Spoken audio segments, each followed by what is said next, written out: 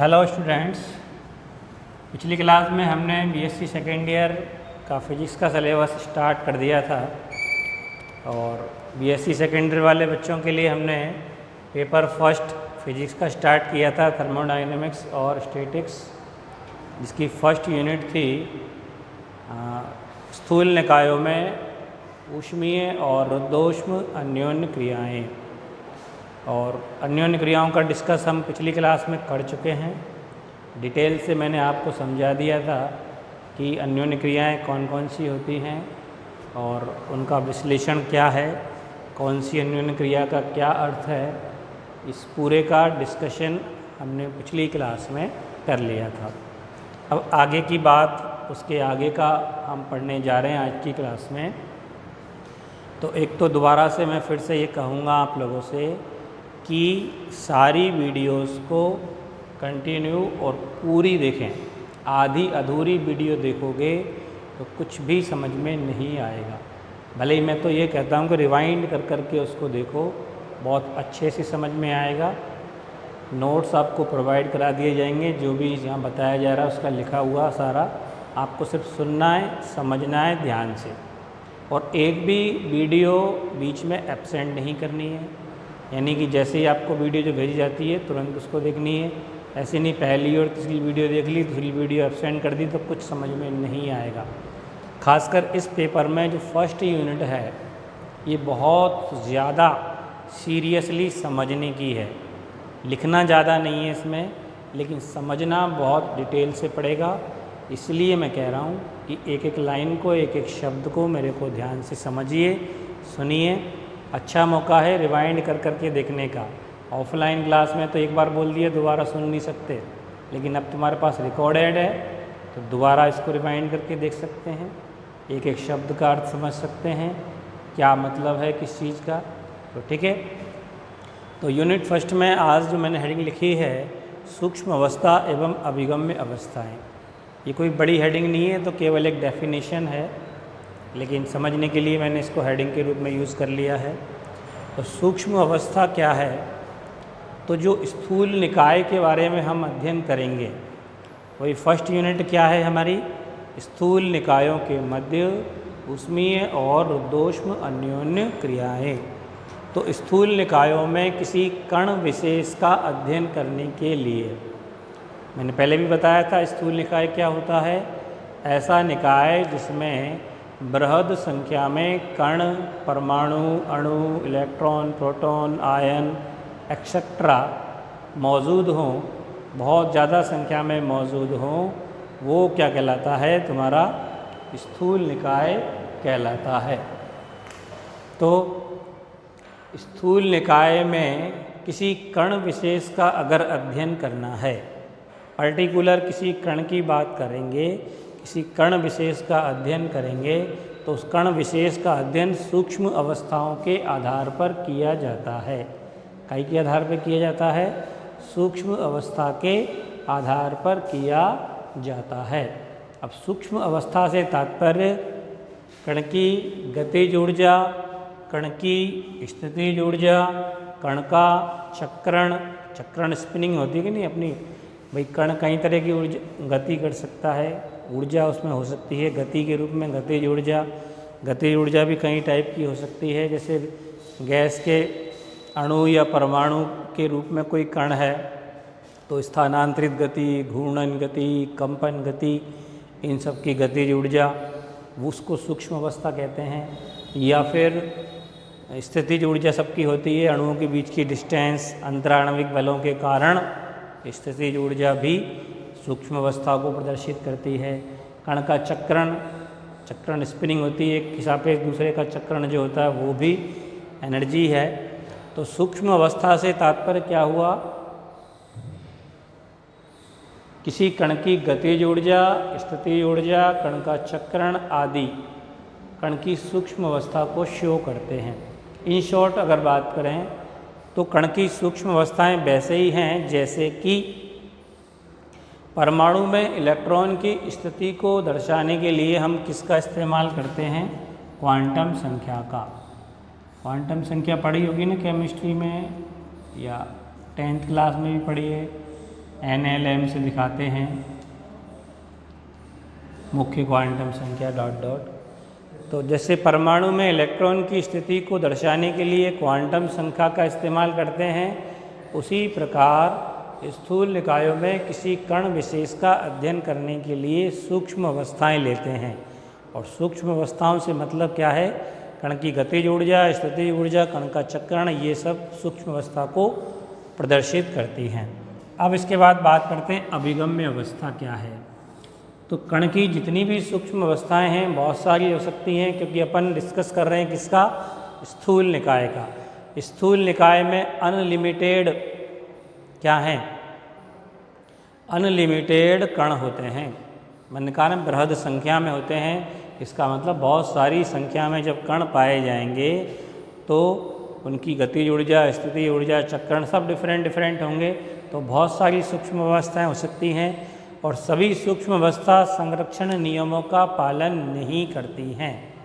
संरक्षण नियम जैसे गति ऊर्जा संरक्षण, संवेग संरक्षण या ऊर्जा संरक्षण, कोई भी प्रकार का तो संरक्षण का पालन नहीं करती हैं। इसलिए हम स्थूल निकाय में किसी कण विशेष का अध्ययन करने के लिए केवल उन्हीं सूक्ष्म अवस्थाओं का अध्ययन करेंगे जो सभी संरक्षण नियमों का पालन करें, या कह सकते हैं कि स्थूल निकाय पर लगाई गई सभी शर्तों का जो पालन करे। केवल उन्हीं सूक्ष्म अवस्थाओं की बात करेंगे और उन सूक्ष्म अवस्थाओं को ही क्या बोलेंगे? अभिगम्य अवस्थाएं। एक बार फिर से सुन लीजिए, अभिगम्य अवस्थाएं क्या हैं? पहले सूक्ष्म अवस्था पर डिस्कस कर लिया अपन ने। कण विशेष का अध्ययन करने के लिए उसकी गति ऊर्जा, स्थिति ऊर्जा, चक्रण आदि का अध्ययन करते हैं, इन्हीं को कहते हैं सूक्ष्म अवस्थाएं। अब चूँकि सभी सूक्ष्म अवस्थाएं सभी संरक्षण नियमों का पालन नहीं करती, तो सभी सूक्ष्म अवस्थाओं पर विचार नहीं करेंगे, केवल उन्हीं सूक्ष्म अवस्थाओं का अध्ययन करेंगे जो सभी संरक्षण नियमों का पालन करें, या कह सकते हैं कि स्थूल निकाय पर लगाई गई सभी शर्तों का पालन करें। उन्हें हम क्या कहेंगे? अभिगम्य अवस्थाएं कहते हैं। ठीक है, तो ये तो एक डेफिनेशन के रूप में हमने लिख लिया सूक्ष्म अवस्था या सूक्ष्म अवस्था के साथ किस रूप में? अभिगम्य अवस्थाएं। अब नेक्स्ट हेडिंग हम लिखते हैं, ये डिटेल से हमें पढ़ना है, तो ये हेडिंग कह सकते हैं कि स्थूल निकायों में, सारा टॉपिक स्थूल का ही है हमारा, तो स्थूल निकायों में ऊर्जा वितरण। ऊर्जा वितरण का मतलब समझ रहे हो? ऊर्जा का वितरण, क्योंकि हम इस चैप्टर में, इस यूनिट में निकायों के मध्य होने वाली अन्योन्य क्रिया के बारे में ही पढ़ रहे हैं। और अन्योन्य क्रियाओं में होता क्या है? ऊर्जा का विनिमय। अब वो चाहे कार्य के रूप में हो या ऊष्मा के रूप में हो, दोनों तरह की अन्योन्य क्रियाएं मैंने पढ़ाई है, या दोनों के रूप में हो, केवल ऊष्मा के रूप में हो तो ऊष्मीय अन्योन्य क्रिया, कार्य के रूप में हो तो रुद्धोष्म या यांत्रिक अन्योन्य क्रिया, और दोनों के रूप में एक साथ हो तो क्या कहलाती है? व्यापक अन्योन्य क्रिया। तो यहाँ हम दो निकाय ले लेते हैं जो परस्पर संपर्क में हैं। संपर्क का मतलब इनके मध्य ऊर्जा विनिमय हो सकता है। एक निकाय A मान लिया, दूसरा हो गया A', और कंप्लीट जो संयुक्त निकाय है दोनों को मिला के कंबाइंड, उसको हमने माना A*, जिसको क्या कहते हैं? संयुक्त निकाय। दोनों का कंबाइंड निकाय क्या कहलाता है? संयुक्त। A* से इसको शो करते हैं। तो दो निकाय हैं A और A' संपर्क में है, मतलब ऊर्जा का विनिमय इन दोनों के मध्य हो सकता है, और इनका संयुक्त निकाय A* होता है, जो क्या होता है? विलगित। और मैंने पहले भी बताया है कि विलगित निकाय की कुल ऊर्जा क्या होती है? संरक्षित होती है। तो मान लीजिए इसकी निकाय E ऊर्जा और इस निकाय की ऊर्जा E', तो संयुक्त निकाय की ऊर्जा E* is equal to E + E', और ये टोटल एनर्जी क्या रहेगी? संरक्षित। मीन्स नियत रहेगी।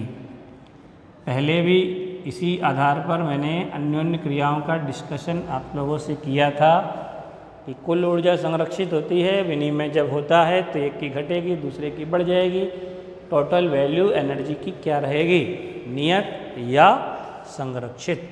तो ई स्टार बराबर ई प्लस ई डैश या ई डैश बराबर हम लिख सकते हैं ई स्टार माइनस ई। इसको अभी फिलहाल समीकरण नंबर हमने लिख दिया 1। ठीक है। अब मान लीजिए ए निकाय की जो ऊर्जा है उस ऊर्जा में अपन सूक्ष्म अवस्थाओं की बात करें तो ए निकाय में बहुत सारे परमाणु, कण, अणु, इलेक्ट्रॉन, प्रोटॉन इत्यादि हो सकते हैं। तो उनकी सूक्ष्म अवस्थाओं को डिस्कस करने के लिए हम इसकी संपूर्ण ऊर्जा ई को डेल्टा ई ऊर्जा अंतराल के अल्पांशों में डिवाइड मान सकते हैं। मान सकते हैं कि नहीं मान सकते? अल्पांश अपन पहले भी मानते आए हैं।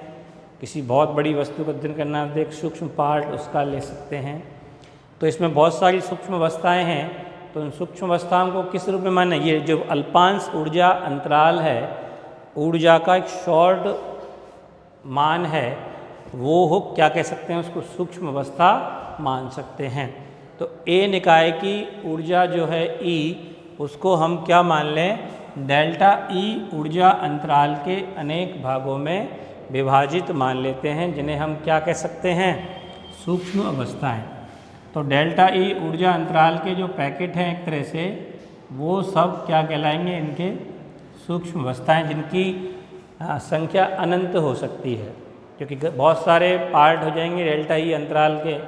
ई एनर्जी को अपन ने डेल्टा ई के अनेक अल्पांशों में डिवाइड मान लिया, जिन्हें अपन क्या कह सकते हैं? सूक्ष्म अवस्थाएं मान सकते हैं। क्योंकि एनर्जी तो है सूक्ष्म अवस्था, क्या अवस्था ही तो है, कोई वस्तु और चीज़ का नाम थोड़ी है, चीज़ थोड़ी है, एनर्जी है, पार्ट है, ऊर्जा है। तो डेल्टा ई अंतराल के अनेक जो अल्पांश हो गए उन्हें अपन क्या मान सकते हैं? सूक्ष्म अवस्थाएं मान सकते हैं। अब मान लीजिए कि ऊर्जा ई, ए निकाय की ऊर्जा, ए निकाय की ऊर्जा ई एवं E plus delta E. E plus delta E क्यों माना मैंने? कि मान लो ट्रांजैक्शन इधर हो गया तो ई तो ऑलरेडी अपन मान के चल ही रहे ए निकाय की। अगर डेल्टा ई ऊर्जा का विनिमय ए डैश से ए की तरफ हो गया तो बढ़ जाएगी। तो इसलिए ये कोई आवश्यक नहीं है कि यहाँ प्लस लिया जाए, माइनस भी ले सकते हैं अगर इधर से विनिमय हुआ। ये तो अपन एक जानकारी के लिए वैसे ही कि मान वैल्यू लेनी है। तो ई और ई प्लस डेल्टा ई, तो ए निकाय की ऊर्जा ई एवं ई प्लस डेल्टा ई के मध्य होने पर या होने की स्थिति में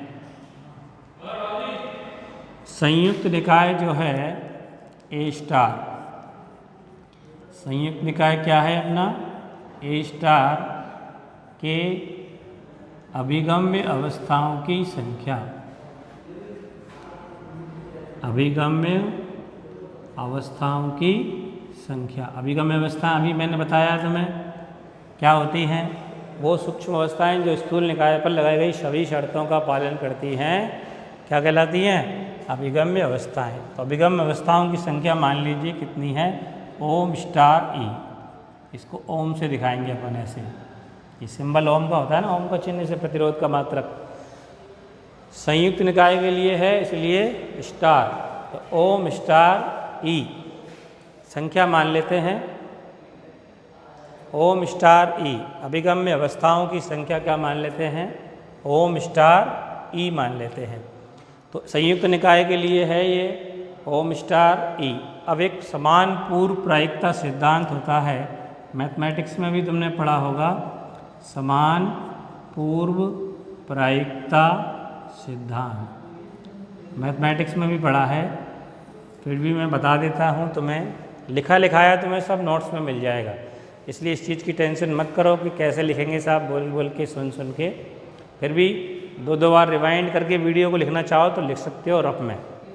फेयर वर्क तुम्हें मिल जाएगा नोट्स के रूप में, इसलिए कोई टेंशन करने की आवश्यकता नहीं है। तो समान पूर्व प्रायिकता सिद्धांत के अकॉर्डिंग अगर कोई निकाय साम्यावस्था में होता है, अगर कोई निकाय साम्यावस्था में होता है तो निकाय के किसी भी अभिगम्य अवस्था में होने की प्रायिकता समान होती है। जैसे प्रायिकता पढ़ी है ना तुमने, जैसे पासा फेंकते हैं किसी भी नंबर पे आ सकता है, 1 पे 2 पे 3 पे 4 पे। तो निकाय की कोई सी भी बहुत सारी अभिगम्य अवस्थाएं हैं, तो निकाय किसी भी अभिगम्य अवस्था में पाया जा सकता है। यही समान पूर्व प्रायिकता सिद्धांत है। तो अगर निकाय साम्यावस्था में है तो निकाय के किसी भी अभिगम्य अवस्था में होने की प्रायिकता क्या होती है? समान होती है। और इस स्थिति में ए निकाय की ऊर्जा E और E प्लस डेल्टा E के मध्य होने की स्थिति में प्रायिकता PE बराबर क्या लिखेंगे? समानुपाती ओम स्टार E। अभिगम्य अवस्थाओं की संख्या के क्या हो गई? समानुपाती। जितनी ज़्यादा संख्या में अभिगम्य अवस्थाएं होंगी उन अवस्थाओं में पाए जाने की प्रायिकता भी क्या हो जाएगी? ज़्यादा हो जाएगी। तो प्रायिकता PE इजकल टू एक नियतांक लगा दिया C ओम स्टार E, जहाँ C एक नियतांक है, जहाँ C एक क्या है? समानुपाती नियतांक है जो ऊर्जा पर निर्भर नहीं करता निकाय की पर, लेकिन संयुक्त निकाय की सभी अभिगम्य अवस्थाओं के कुल योग के व्युत्क्रम के बराबर होता है। यानी C इजकल टू 1/समेशन ऑफ ओम स्टार E के बराबर होता है। कुल अभिगम्य अवस्थाओं की संख्या के व्युत्क्रम के बराबर होता है। तो समेशन हम यहाँ लिख सकते हैं। तो PE बराबर क्या लिख सकते हैं? प्रायिकता PE बराबर C की जगह तो ओम स्टार E तो ये है ही अपॉन समेशन ऑफ ओम स्टार E। तो जो नियतांक है वो किसके बराबर है? ऊर्जा पर डिपेंड नहीं है, लेकिन संयुक्त निकाय की कुल अभिगम्य अवस्थाओं के व्युत्क्रम के बराबर होता है। तो कुल के लिए क्या लेते हैं अपन? समेशन। तो कुल हो गई समेशन ओम स्टार E और उसके व्युत्क्रम के बराबर होता है। तो PE बराबर हो गया ओम स्टार E इंटू वो अपॉन समेशन ऑफ ओम स्टार E लिख सकते हैं। इसको अभी समीकरण 1 लिख सकते हैं और इसको हमने लिख दिया समीकरण 2। अब जो अभिगम्य अवस्थाओं की संख्या ओम स्टार E है, तो मान लीजिए ए निकाय की अभिगम्य अवस्थाओं की संख्या ओम E, ए निकाय की अभिगम्य अवस्थाओं की संख्या क्या है? ओम E। और इसी तरह से ए डैश निकाय की अभिगम्य अवस्थाओं की संख्या, इसमें ओम डैश लगा दो, ओम डैश E डैश। अब जो प्रायिकता सिद्धांत है उसके अकॉर्डिंग ओम स्टार E बराबर होता है ओम स्टार E स्टार लगा सकते हैं चाहे तो यहाँ, वरना यहाँ नहीं लगाए तो कोई दिक्कत नहीं, आगे लगा रखा है। बराबर होगा ओम E इंटू ओम डैश E डैश। तो ओम स्टार E की जगह इसमें समीकरण 1 में लिख दें तो PE बराबर हो गया, C कांस्टेंट है ही, और ओम स्टार E की जगह क्या हो गया? ओम E इंटू ओम डैश E डैश। इसका लॉग ले लें तो क्या होगा? दोनों तरफ क्या ले लें? इसका लॉग लेने पर तो लॉग ऑफ PE बराबर log C plus log of ओम E प्लस और लॉग ऑफ ओम डैश E डैश हो गया। ठीक है, तो ये लॉग ले लिया अपन ने। अब इसके बाद क्या करेंगे? लॉग PE बराबर ही हो गया। अगर अपन ग्राफ खींचते हैं किस में? प्रायिकता और एनर्जी में, इस समीकरण के अकॉर्डिंग। इसको समीकरण अपन लिख देते हैं 3 नंबर तो प्रायिकता और एनर्जी में ग्राफ खींचे हैं। ये प्रायिकता Pe और एनर्जी E। तो ओम स्टार के हिसाब से लॉग ओम ई के हिसाब से इसका ग्राफ जो आएगा वेरिएशन एक निश्चित स्थिति में मैक्सिमम मान होगी, प्रायिकता मैक्सिमम होगी। और वो स्थिति कौन सी होगी? जब ऊर्जा माध्य ऊर्जा के बराबर हो जाए, E बराबर E बार। इस कंडीशन में प्रायिकता क्या हो जाएगी? मैक्सिमम होगी। और फिर घटेगी तो ये इस तरह का वक्र एक प्राप्त होना होगा। इस वक्र से क्या स्पष्ट हो रहा है कि प्रायिकता मैक्सिमम कब होती है? E बराबर E बार की स्थिति में। तो प्रायिकता अधिकतम होने की स्थिति में, प्रायिकता अधिकतम होने की स्थिति में E बराबर क्या होता है? E बार। माध्य ऊर्जा के बराबर ऊर्जा होती है। तो माध्य ऊर्जा के बराबर वाली स्थिति में E बराबर E बार की स्थिति में प्रायिकता क्या है? मैक्सिमम। और गणितीय रूप से अपन मैक्सिमम की कंडीशन क्या रखते हैं? फर्स्ट ईयर में कई बार पढ़ चुके हो। गणितीय रूप से मैक्सिमम प्रायिकता की स्थिति, मैक्सिमम के लिए क्या होता है? जब मैक्सिमम वैल्यू होती है तो क्योंकि मैक्सिमम एक ही होती है, यहाँ प्रायिकता के बहुत सारे मान हो सकते हैं, वेरिएशन में कम ज़्यादा बहुत सारे हो सकते हैं, लेकिन मैक्सिमम तो एक ही होता है ना, यूनिक। एक का मतलब नियत। तो मैक्सिमम प्रायिकता की स्थिति में नियत के लिए क्या होता है? d/dE ऑफ log Pe बराबर 0।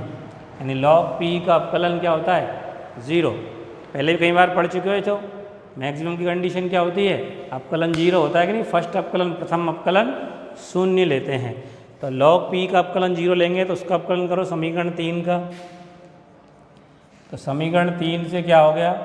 देखो समीकरण 3 में अपकलन करेंगे तो log P का अपकलन करेंगे तो log C का अपकलन, तो d/dE of log C plus d/dE of log ओम E plus d/dE of log ओम डैश E डैश। तो समीकरण 3 का अपकलन कर रहे हैं अपन, और इज इक्वल टू क्या लेना है? 0।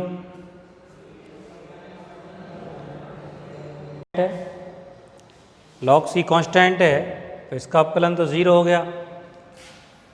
तो 0 प्लस d/dE log ओम E प्लस d/dE log ओम डैश E डैश, और इक्वल टू क्या हो गया? 0। d/dE log ओम E प्लस d/dE log ओम dash E dash is equal to क्या हो गया? 0। अब इस स्टेप में देखो क्या करना है हमें। इसको तो एज इट इज रखो, d/dE log ओम E प्लस इसको, चूँकि इसमें E डैश आ रहा है तो इस पूरे को E डैश की फॉर्म में ही बनाना चाहते हैं अपन। तो क्या लिख सकते हैं? d/dE E डैश लिख दो मैंने यहाँ, और log ओम डैश E डैश और इंटू d/E dE बराबर 0। इसको ऐसे लिख सकते हैं कि नहीं? कोई दिक्कत है इसमें? एक ही बात है ना दोनों। ये भाई मैंने यहाँ पे d की जगह d डैश कर दिया तो d डैश से ऊपर नीचे गुणा हो गया ना, बात वही है। ये कट गया, d ये रहा, ऐसे कैसे ही सारा। ठीक है। अब इसकी वैल्यू हम कहाँ से लिखें? समीकरण नंबर 1 को देखो। समीकरण 1 में क्या है? E डैश बराबर E स्टार माइनस E। समीकरण 1 में क्या है? E डैश बराबर E स्टार माइनस E। इससे हम अपकलन करें E के सापेक्ष, तो d E dash upon dE बराबर E स्टार चूँकि नियत है, कुल ऊर्जा संयुक्त निकाय की नियत होती है, तो नियत का अपकलन 0 और माइनस dE अपॉन dE क्या वैल्यू क्या होगी? 1। यानी कि D E dash upon D E की वैल्यू क्या आ गई हमारे पास -1।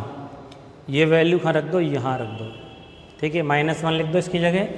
तो इसकी जगह हमने -1 लिखा तो स्टेप क्या हो गया, D upon D E log ओम ई, और ये प्लस की जगह क्या हो जाएगा माइनस का, क्योंकि हमने D E dash upon D की जगह क्या लिख दिया minus, minus into plus minus हो गया, तो minus D upon D E dash log ओम डैश ई डैश, या उसको पक्षांतर कर दिया बराबर 0 है ही।